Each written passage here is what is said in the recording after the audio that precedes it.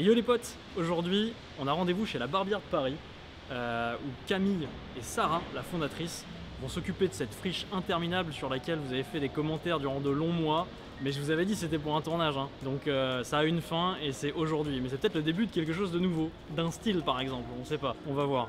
Allez c'est parti.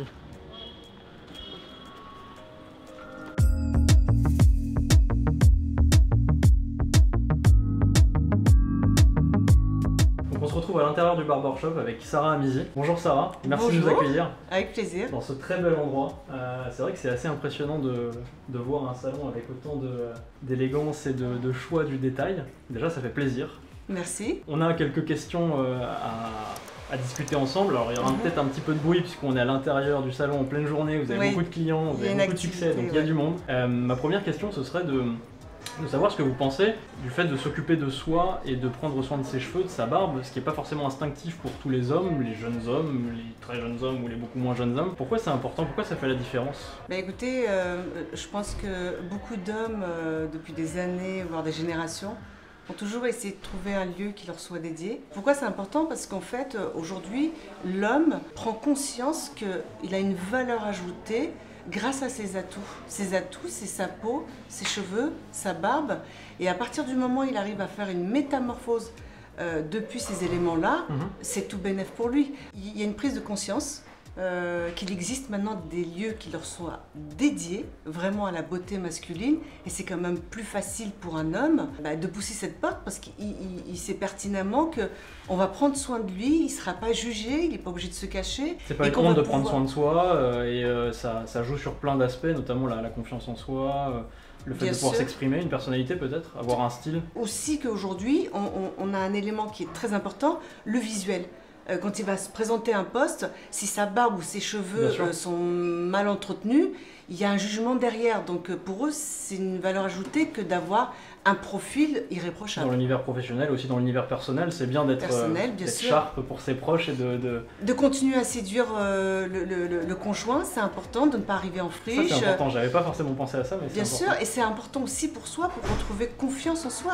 Quand vous êtes bien coiffé, que vous avez une jolie barbe, tout de suite, le regard des autres change vous concernant et vous prenez confiance en vous. Une question qui me vient à l'esprit, c'est que bon, tout le monde n'a peut-être pas forcément la chance d'arriver chez vous ici, déjà parce que vous êtes principalement basé en région parisienne, mais comment on reconnaît un professionnel de qualité, ou du moins quelqu'un qui est fait pour soi?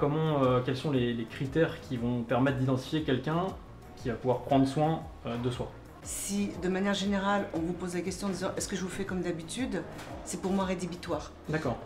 Comment on repère un bon barbier ou un bon coiffeur pour homme? C'est ceux qui vont être dans l'innovation, ceux qui vont vouloir vous faire un diagnostic systématiquement. Ça, c'est déjà... Même si on est habitué? Même si on est habitué. Un client n'est pas acquis. C'est comme dans un couple. Les cheveux peuvent changer, la barbe peut changer, évoluer, évidemment. Tout change, mais surtout, les clients ne sont pas acquis.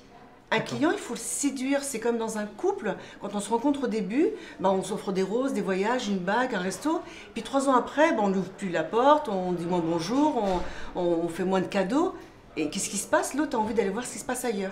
Un client, c'est pareil. S'il s'ennuie, si on n'est pas fort de propositions, et c'est pour ça que chez la Barbière de Paris, par exemple, le diagnostic est obligatoire, et surtout la phrase « je vous fais comme d'habitude » est interdite. Wow. Barbershop inspiré de la psychologie du couple, c'est quand même extraordinaire. Mais complètement. Et du coup, moi j'ai l'impression, en tout cas j'avais l'impression, avant de faire ce test, et on verra ce que ça va donner après, que je suis pas du tout fait pour ça. J'ai pas de barbe, j'ai des trous, mon implantation, en tout cas pour moi, je la trouve un peu ridicule. Le gars qui a géré le projet de ma barbe, bon, sur les côtés, il n'avait pas le temps. J'ai surtout de la barbe en dessous, etc. etc. Les cheveux, j'ai un espèce d'épi trou que j'appelle bien volontiers troupi. C'est un mix d'épi et de trous, j'en assure voilà, c'est quelque chose de sympathique que j'ai l'impression d'être le seul à avoir, mais j'imagine que c'est pas le cas. Est-ce qu'on peut quand même venir chez vous? Est-ce que c'est pas ridicule de pousser la porte d'un barbeur aussi précis que vous pour des profils comme le mien? Moi je vais parler d'éducation. Les garçons aujourd'hui n'ont pas été éduqués à prendre soin d'eux.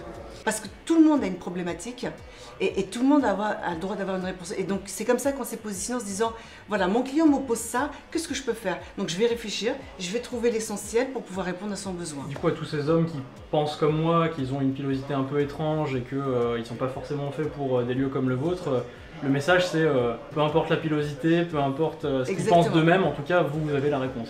Moi si j'ai un cadre ou un sportif ou un artiste, je vais pas les coiffer, je vais pas les guider de la même manière. Pas le même diagnostic parce que je crois savoir que donc chez vous, ce qui fait aussi un élément de différenciation assez important, c'est le diagnostic. Oui, c'est primordial. On m'a parlé beaucoup de diagnostic, j'ai vu le diagnostic, donc qu'est-ce que c'est?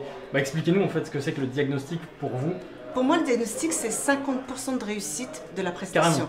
Ah oui, s'il n'y a pas de diagnostic et qu'on laisse faire juste le barbier et que le client vous dit bah, faites ce que vous avez envie, c'est qu'on n'a rien compris. Il faut rassurer le client, il faut lui dire telle ou telle possibilité qu'on puisse faire. Moi, je veux pouvoir vous faciliter un quotidien parce que si vous me demandez une coupe rétro que je dois organiser tous les matins pour être impeccable, mais que derrière vous ne savez pas utiliser une brosse, vous ne savez pas utiliser un produit ni un sèche-cheveux, je vous le déconseille. On est là aussi pour faciliter un quotidien de chaque homme.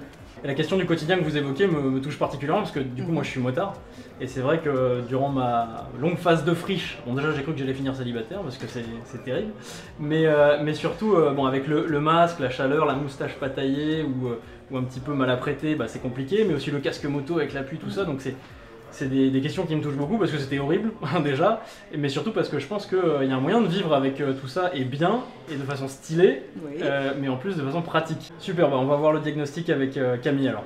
C'est parti. C'est parti.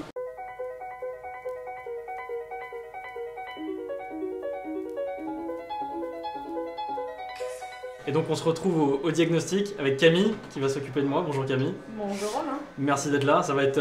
Il y a du sport. Hein. Oh oui. J'ai pas d'envie particulière ou d'attente précise. Je suis venu exprès ici parce que justement le diagnostic et tout ce que vous avez présenté juste avant. Donc qu'est-ce que vous allez pouvoir faire de moi? Il y a un vrai potentiel. Moi je suis fan des cheveux. Il a une texture incroyable, une couleur que j'aime beaucoup. Vraiment, une belle boucle. Ils sont assez brillants aussi. Tout à fait, et puis surtout je pense qu'ils vont pouvoir être malléables dans le coiffage. Donc on va pouvoir partir sur quelque chose qui va faire que, à mon sens, il va gagner du temps tous les matins. On a, je trouve, une belle morphologie, une belle teinte, une belle nuance entre le haut et le bas. La teinte de la peau, vraiment un joli regard avec des yeux clairs. On a ce phénomène de sabot, Camille, qu'il faut vraiment essayer d'éliminer. Vous êtes complètement dénudé sur la partie haute, et donc votre mâchoire, elle descend, et il y a vraiment ce qu'on appelle le phénomène de sabot, c'est-à-dire que c'est tiré vers le bas. Je suis un cas d'école phénomène de sabot. Vous avez une morpho, naturellement, qui est tout ce que les garçons recherchent, une morpho ovale. On a un grand vide au niveau des joues, il y a plusieurs solutions. Soit on va opter pour essayer d'uniformiser, donc d'enlever ce phénomène de sabot qui tire vers le bas. Soit on se dit, je vais économiser, je vais arrêter de fumer, de sortir, de voyager, et je m'offre des implants de barbe, si vraiment on veut ressembler à un hipster un jour. J'en suis pas là. Je les aime beaucoup, mais j'en suis pas là. C'est excellent à existe. savoir, mais alors du coup je vais garder mes cheveux dans les cheveux et ma barbe... Par contre, j'ai désormais trouvé un nom pour cette zone, le grand vide. Je trouve ça très élégant, j'aime beaucoup, c'est comme ça que je vais l'appeler, le grand vide. C'est le grand vide. Côté, on a des superbes boucles. Ouais. Ça va être sur le dessus qui vont être un petit peu plus lisses, ce qui est normal. C'est l'usure naturelle du cheveu. Ouais. Et puis je suis pas sûr que le casque moto 7 jours par semaine ça les arrange beaucoup non plus. Donc, ça les aide pas.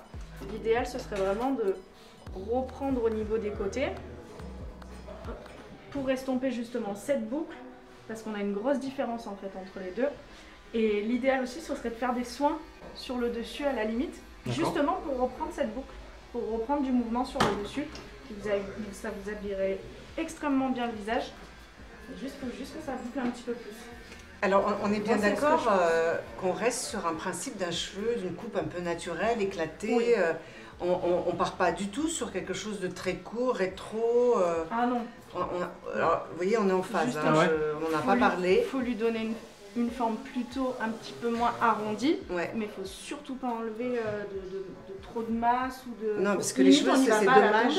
Ah non, on touche pas. À ce point-là? Ah oui. Ah non. Ça va totalement dans le sens de ce qu'on disait avec le diagnostic et je m'attendais à quelque chose de plutôt plus cliché avec Exactement. dégradé, rasoir, etc.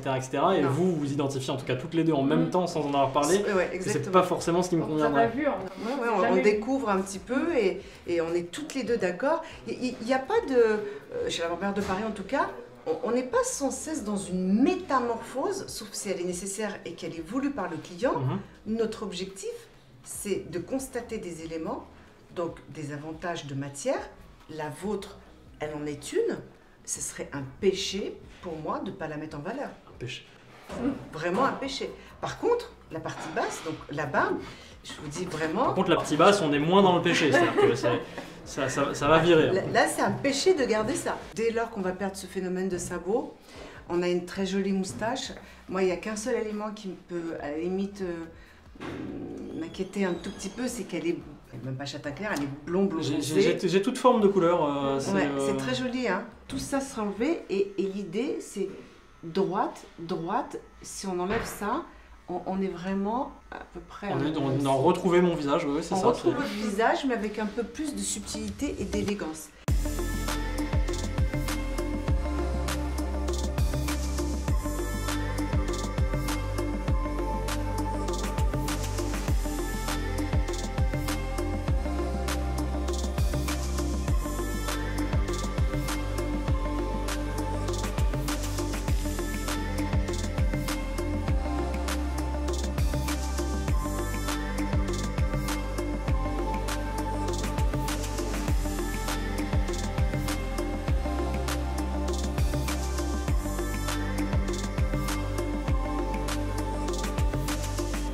Tara, je suis un nouvel homme. Totalement. Merci pour cette expérience. Je suis surpris par le résultat, ça dépasse mes attentes. Ben, merci de la confiance que vous nous avez accordée.